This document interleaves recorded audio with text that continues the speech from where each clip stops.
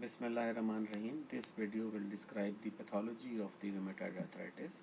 The references for this video are these.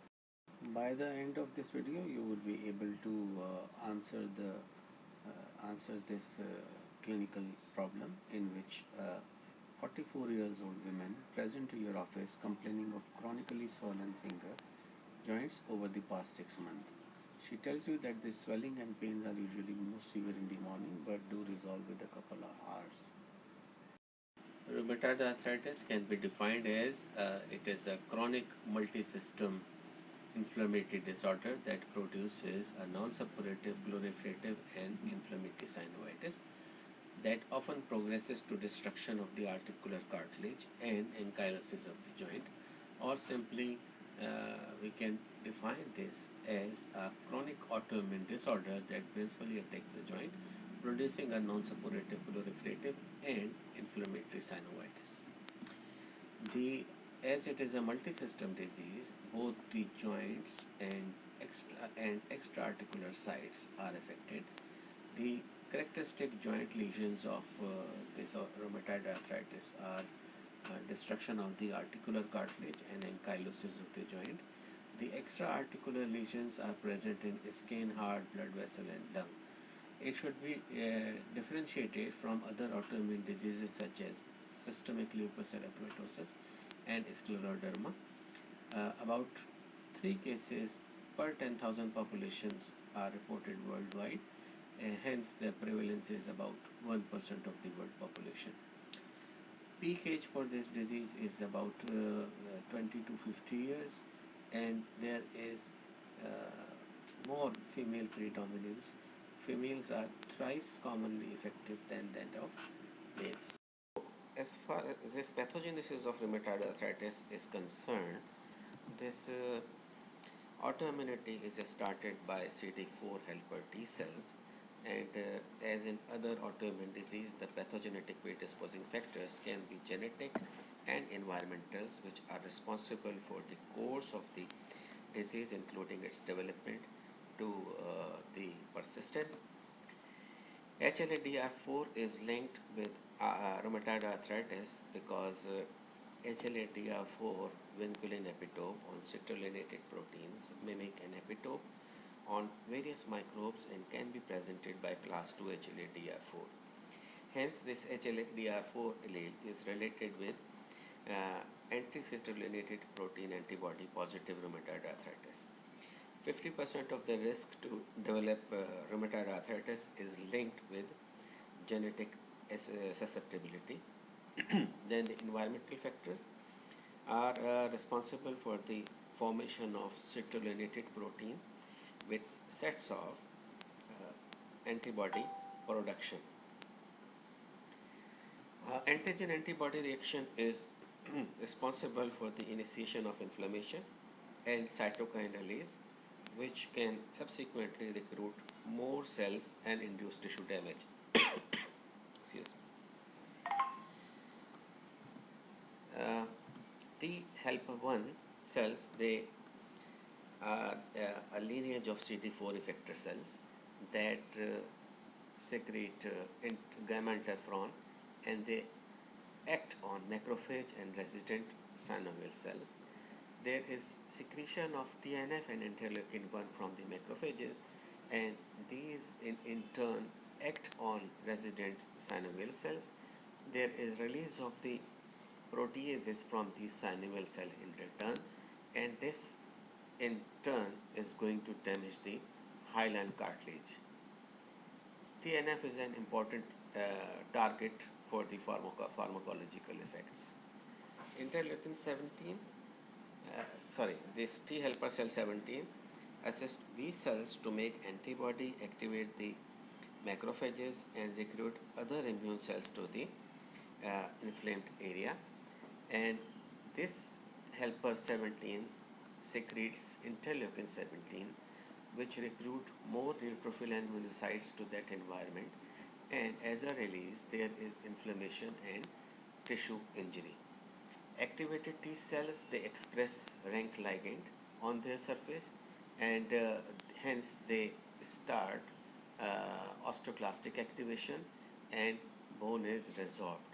So, through these cytokines, the morphological changes or tissue damage occurs. So this illustration from the Robbins is summarizing the event we just discussed. It is showing that when a susceptible host is exposed to an arthritogenic antigen, there is failure of the tolerance and initiation of the events.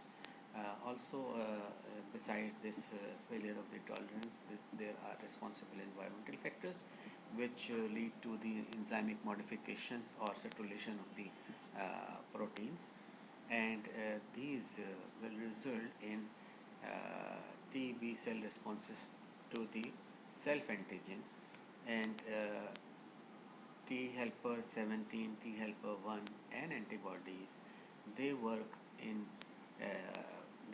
together, and they will lead to the aggregation of or recruitment of the inflammatory cells, and these inflammatory cells and their released cytokines are responsible for the activation of the fibroblast, chondrocyte and synovial cells, and finally there is penis or penis formation, destruction of bone and cartilage due to their proliferation and cytokine effect. Things are not very simple that we have just discussed. You can see in this illustration from the Nature Review that there are many mechanisms, simultaneous other mechanisms, and there is a plethora of the cytokines which are involved in these activities. The synovium in the rheumatoid arthritis contains numerous active germinal follicles, and these germinal follicles contain plasma cells. Plasma cell is responsible for the secretion of immunoglobulin, and these antibodies are basically are against self-antigen, and many of these antibodies are specific for citrulinated peptides. Hence, these are also termed as anti-citrulinated peptide antibodies. These citrulinated peptides are basically the peptides in which arginine residues are post-translationally converted to the citrulline, and many of the proteins are affected by this, and some proteins are fibrinogen, type 2 collagen, alpha amylase and vimentin. Anti-citrulinated peptide antibodies are diagnostic marker for rheumatoid arthritis, and they are present in about 70% of the cases. Then there is another antibody, and this is collectively termed as R effector. This is basically IgM and IgA antibody which bind to the IgG Fc region.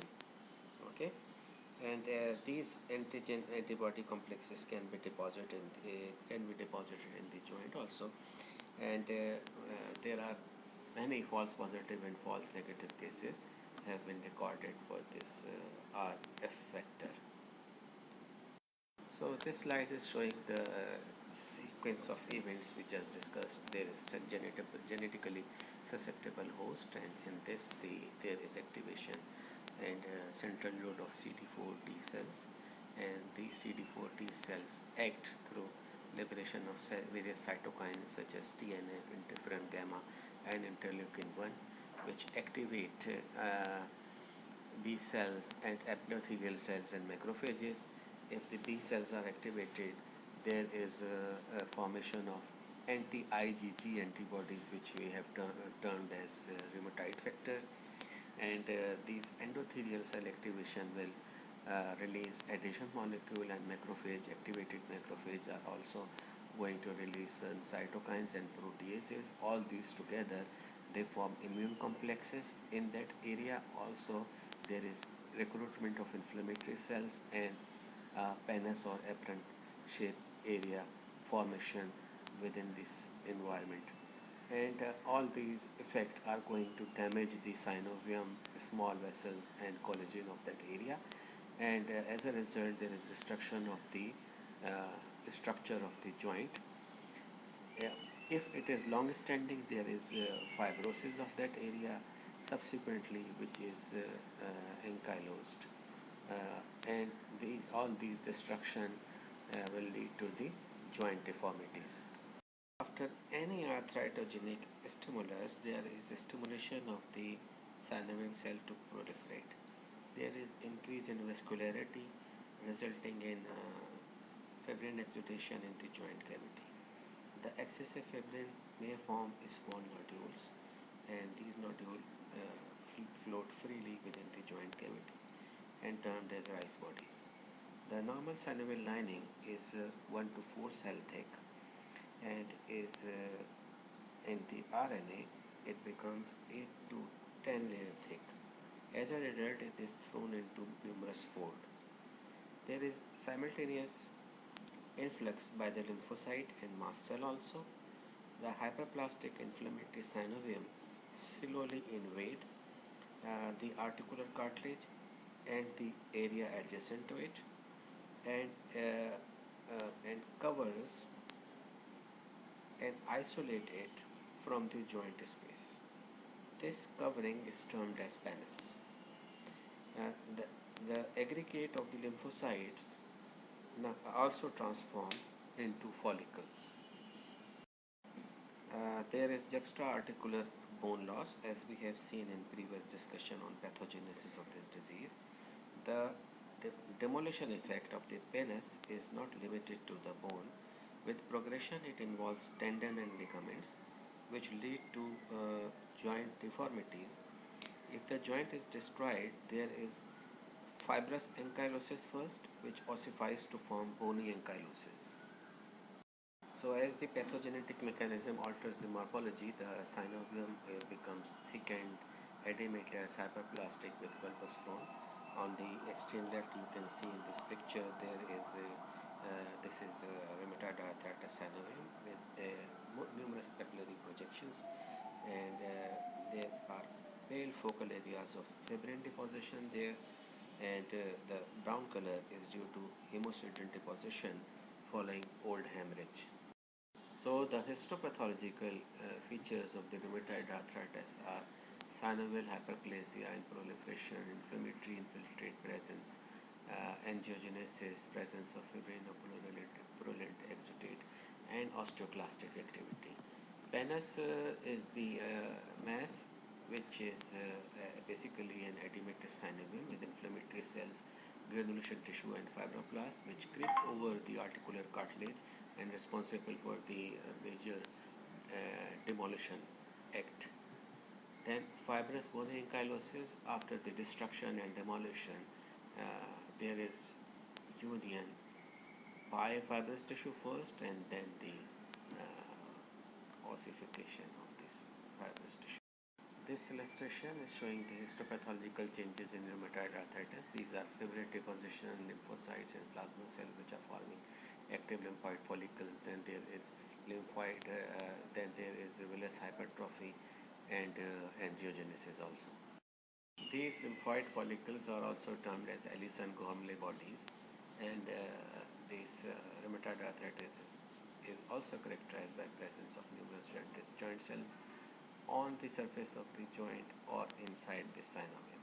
Another feature of this rheumatoid arthritis is presence of rheumatoid nodule, which is present in 25% of the cases.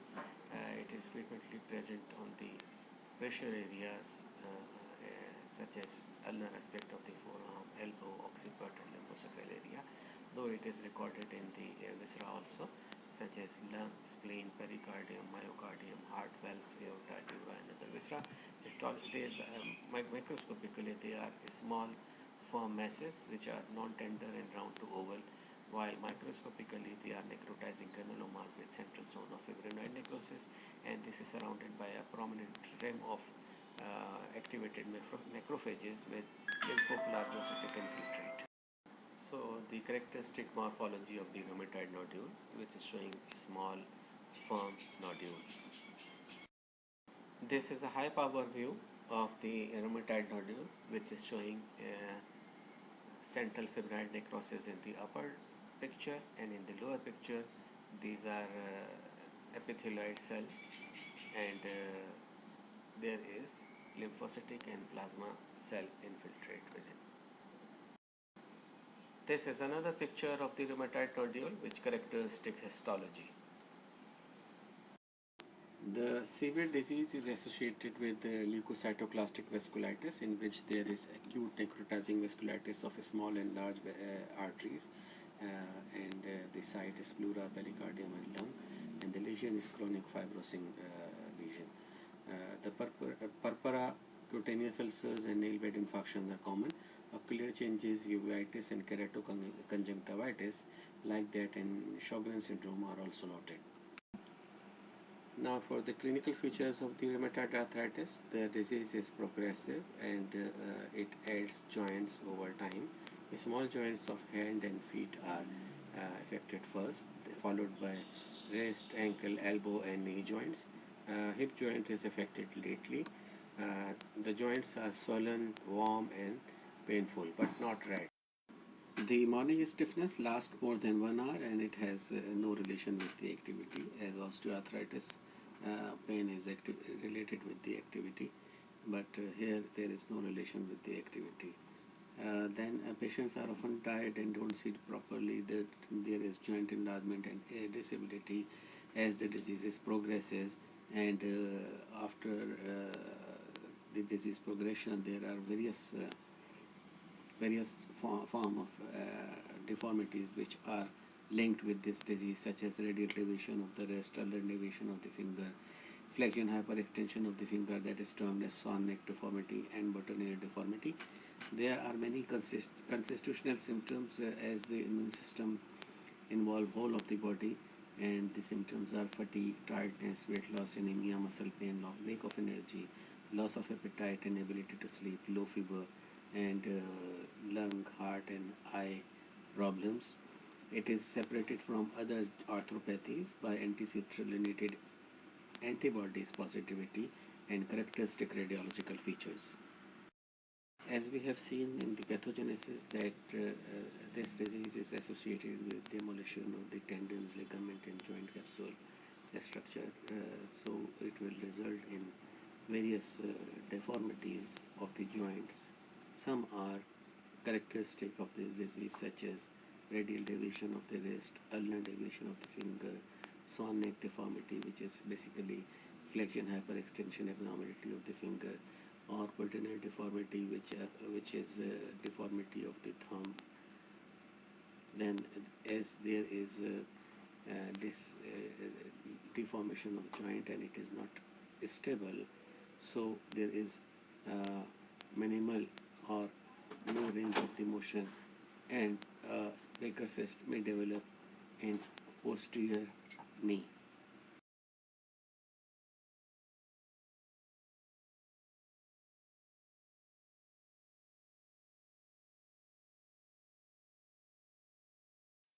So there is a classical ulnar deviation of the finger with swelling in the metacarpophalangeal joints. As it is a multi-system disorder, it frequently exhibit extra-articular features such as Zika features, dryness of the eye, dryness of the mouth, Raynaud's phenomena, carpal tunnel syndrome, rheumatoid nodules, which we have seen are present in many sites, and pleural effusion and rheumatoid vasculitis. The 1/4 of the patient affected by rheumatoid arthritis recover completely, while the other quarter have got slight functional impairment, while about half of the cases they develop serious progressive and disabling joint disease. Mortality is due to infection, GI hemorrhage, perforation, vasculitis, heart and lung involvement, amyloidosis, and subluxation of the cervical. In the initial stage of the disease, joint effusion, juxta-articular osteopenia with erosion, narrowing of the joint space, and loss of the articular cartilage are the features which are associated with this rheumatoid. Now, for the diagnosis of the rheumatoid arthritis, R factor is non-specific, and though it is present in 80% of the cases, but it is non-specific, as there are more false positive and false negative cases are reported. But this acetyl-mediated peptide antibody is diagnostic of the rheumatoid arthritis. Analysis of synovial fluid is important. There is increase in volume, increased turbidity, and viscosity is decreased. The protein content and the number of inflammatory cells is very much increased. Sometimes it goes beyond 50,000 per microliter, but majority of these inflammatory cells are comprised of neutrophil. There is a diagnostic criteria for the diagnosis of rheumatoid arthritis, and 4 out of 7 of these criteria should be present to diagnose or label a patient with rheumatoid arthritis, and these criteria are morning stiffness, arthritis in 3 or more joint areas, arthritis of hand joint, symmetrical arthritis, rheumatoid nodule presence, serum rheumatoid factor, and typical radiographic changes we have discussed. So this rheumatoid factor, which is autoantibody against antibody, is seen in many diseases. Some are rheumatic diseases and some are non-rheumatic. Rheumatic Sjogren syndrome, rheumatic arthritis, systemic lupus erythematosus, mixed connective tissue diseases, myositis, cryoglobulinemia, while it is also associated with normal aging, various infections, sarcoidosis, and idiopathic pulmonary fibrosis. So the aim of the treatment for this rheumatoid arthritis is to decrease the pain and decrease the inflammation to slow or arrest the destruction of the joint. The main drugs used for this rheumatoid arthritis are non-steroidal anti-inflammatory drugs, corticosteroids, and DMARDs, which are disease-modifying anti-rheumatic drugs, which include methotrexate, leflunomide, cyclosporin, cyclophosphamide, azathioprine, sulfasalazine, cortisol, penicillamine, anticholinergic drugs such as coenzyme, TNF inhibitor, T-cell co-stimulatory blockers, B-cell depleting agents, and interleukin-1 receptor antagonists. This illustration is showing the morphological comparison between the rheumatoid arthritis and osteoarthritis. In the left side, in rheumatoid arthritis, you can see that there is synovial inflammation from the very start, and pannus formation, which is the characteristic lesion of this rheumatoid arthritis. The cartilage, as this inflamed synovium creeps over the articular cartilage, the cartilage is eroded, and this is not limited to only to the cartilage. The surrounding structure, tendon, and ligaments, all are disturbed and demolished, and finally there is fibrous ankylosis first, which finally ossifies, and bony ankylosis develop. While in osteoarthritis, there is the pathogenesis starts from the articular cartilage first, and this articular cartilage destruction will result in microcyst formation, subchondral sclerosis, then osteophyte formation, but there is no ankylosis. This table from Robbins summarizes the distinguishing feature between osteoarthritis and rheumatoid arthritis. The primary pathogenic abnormality in osteoarthritis is mechanical injury to articular cartilage, while rheumatoid arthritis is an autoimmune process. There is role of inflammation is secondary in osteoarthritis, while rheumatoid arthritis has got inflammatory role right from the start. The joints involved in osteoarthritis are weight-bearing joints primarily, and in rheumatoid arthritis, the small joints of fingers are affected first, and multiple joints later on are affected. Pathology of the osteoarthritis is cartilage degeneration, fragmentation, formation of cysts, spur, and minimal inflammation, while in rheumatoid arthritis, the inflammatory process is severe and there is pannus formation and destruction of the cartilage and chronic inflammation with fibrosis first and then bony ankylosis. Serum antibodies are present in rheumatoid arthritis, such as rheumatoid factor and anti-citrulline peptide antibody, while there is no antibody in osteoarthritis. Other organ involvement is frequent in rheumatoid arthritis, but osteoarthritis is not associated with any extra articular manifestation. By the end of this lecture, you will be able to interpret following clinical scenarios.